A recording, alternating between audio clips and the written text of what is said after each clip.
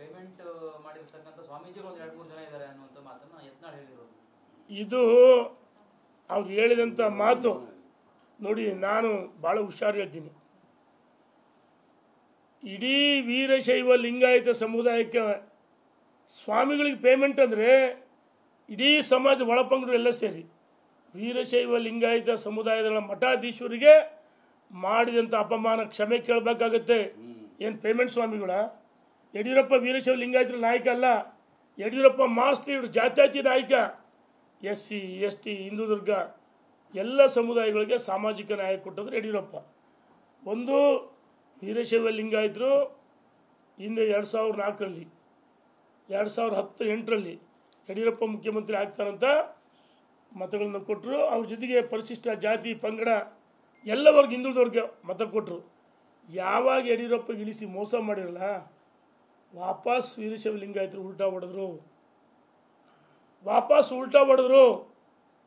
ವೀರಶೈವ ಲಿಂಗಾಯತರು ಅಷ್ಟೇ ಅಲ್ಲ, ಸಮುದಾಯವೆಲ್ಲ ಯಡಿಯೂರಪ್ಪನಂಥ ಪಕ್ಷವನ್ನು ಕಟ್ಟಿದಂಥ ಮಹಾನಾಯಕರಿಗೆ ಅನ್ಯಾಯ ಮಾಡಿದ್ರೆ ಉಲ್ಟಾ ಹೊಡೆದ್ರು. ಯಾವಾಗ ಯಡಿಯೂರಪ್ಪನವ್ರು KJPಯಿಂದ ವಾಪಸ್ ಕರ್ಕೊಂಡ್ಬಂದು ನರೇಂದ್ರ ಮೋದಿ, ಅಮಿತ್ ಶಾ, ನಡ್ಡಾ ಅವರು ರಾಜ್ಯದ ಅಧ್ಯಕ್ಷ ಮಾಡಿದ ಮೇಲೆ ವೀರಶೈವ ಲಿಂಗಾಯತ ಸಮುದಾಯ ಮತ್ತು ಪರಿಶಿಷ್ಟ ಜಾತಿ ಪಂಗಡ ಹಿಂದುಳಿದ ವರ್ಗ ಒಂದು ಚುನಾವಣೆಯಲ್ಲಿ ನಾವು ಗೆಲ್ಲಬೇಕಂದ್ರೆ ಒಂದು ಸಮುದಾಯದಿಂದಲ್ಲ, ವೀರಶೈವ ಲಿಂಗಾಯತ ಸಮುದಾಯನೇ ಬೇಕು, ಒಕ್ಕಲಿಗ ಸಮುದಾಯನೇ ಬೇಕು, SC STನೇ ಬೇಕು, ಹಿಂದುಳಿದ ವರ್ಗ ಸಬ್ಕಾಸ್ಟ್ಗಳು ಭಾಳ ಅದಾವೆ ಎಲ್ಲ ಸಮುದಾಯಗಳಲ್ಲಿ. ಎಲ್ಲರೂ ಸೇರಿ ಯಡಿಯೂರಪ್ಪನ ಮುಖ್ಯಮಂತ್ರಿ ಆಗಲಿ ಅಂತೇಳಿ 2018ರಲ್ಲಿ ಮತ ಕೊಟ್ಟರು. ಅವತ್ತು ಕೆಲವರು ಗೊಂದಲದಿಂದ 105 ಸ್ಥಾನ ಬಂದ್ವಿ.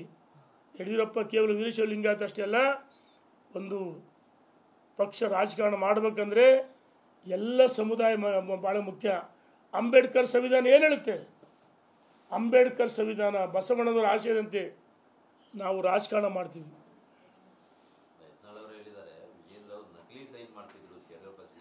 ನಾಚಿಕೆ ಆಗ್ಬೇಕು. ಹೇಳ್ತಿಲ್ಲ, ನೀನು ಬಂಡವಾಳ ಎಲ್ಲ ಬಿತ್ತೀವಿ ಅಂತ ಹೇಳಿದ್ದೀನಿ. ನೀನು ಲಾರಿ ಬಸ್ಸಲ್ಲಿ ಟಿಕೆಟ್ ಗೊತ್ತಿದೆಯಾ ನನಗೆ? ಇನ್ನೂ ಭಾಳ ಅದು ಇತಿಹಾಸ ಎಲ್ಲವೂ ಹೇಳ್ತೀವಿ. ನಾವೇನು ಅಗರ್ಭ ಶ್ರೀಮಂತರ ಮಕ್ಕಳಲ್ಲ. ಎಲ್ಲವೂ ಸಮಯ ಬರುತ್ತೆ.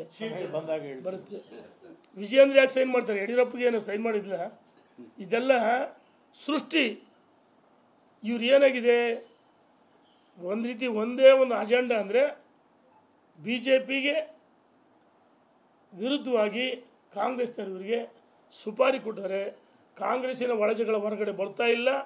ಅವರ ಹೋರಾಟಗಳು ಅವ್ರ ವಿರುದ್ಧ ಹೋರಾಟ ಮಾಡಬೇಕಾಗಿದ್ದಂಥ ಒಂದು ಏನಿತ್ತಲ್ಲ, ಅವರ ಒಳಗಡೆ ಹೊಂದಾಣಿಕೆ ಮಾಡ್ಕೊಂಡು ಅವ್ರ ಜೊತೆಗೆ ಅದಾರ ಇವರು ಪೇಮೆಂಟ್ ಗಿರಾಕಿಗಳು ಕಾಂಗ್ರೆಸ್ನವರು.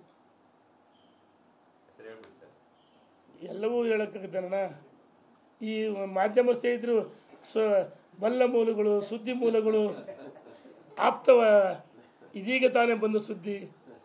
ನಮಗೂ ಸ್ವಲ್ಪ ಯಾವ ಸಂದರ್ಭದಲ್ಲಿ ಏನೇನು ಹೇಳಬೇಕು ಅಂತ ನಮಗೂ ಸ್ವಲ್ಪ ನಿಮ್ಮಿಂದ ನಾಲೆಡ್ಜ್ ಬಂದಿದೆ. ನಿಮ್ಮಿಂದಲೇ ಈಗ ಸ್ಟೋರಿಗಳನ್ನ ಹೆಂಗೆ ಪ್ಲಾಂಟ್ ಮಾಡಿಸ್ತಾರೆ ನೋಡು. ನಾವು ನಡ್ಡಾ ಭೇಟಿ ಮಾಡಿದ್ವಿ, ಯಾವ ಭೇಟಿನೂ ಇಲ್ಲ. ಇವತ್ತು ದಿಲ್ಲಿ ಚುನಾವಣೆ, ಅವರು ಒತ್ತಡದಾಗಿದ್ದಾರೆ, ನಾವು ಭೇಟಿ ಮಾಡಿದ್ವಿ. ಯಾಕಪ್ಪ ಭಾವಚಿತ್ರ ಅಂದರೆ ಬಿಡುಗಡೆ ಬೇಡ ಬೇಡ ಬೇಡ ಬೇಡ ಬೇಡ. ಕಳೆದ 1 ತಿಂಗಳ ಕೆಳಗೆ ಭೇಟಿ ಮಾಡಿದ್ವಿ. ಎಲ್ಲಿದ್ದಪ್ಪ ತೋರ್ಸಪ್ಪ. ಯಾರನ್ನೂ ಭೇಟಿ ಮಾಡಿದೆ, ಅರಿವೇ ಆಗ್ಬಿಡ್ತೀವಿ. ಹಿಂಗೆ ಹೇಳ್ತಾರೆ ಹಂಗಿವ್ರು, ಏನೂ ಆಗಲ್ಲ ಇವ್ರ ಕೈಲಿ.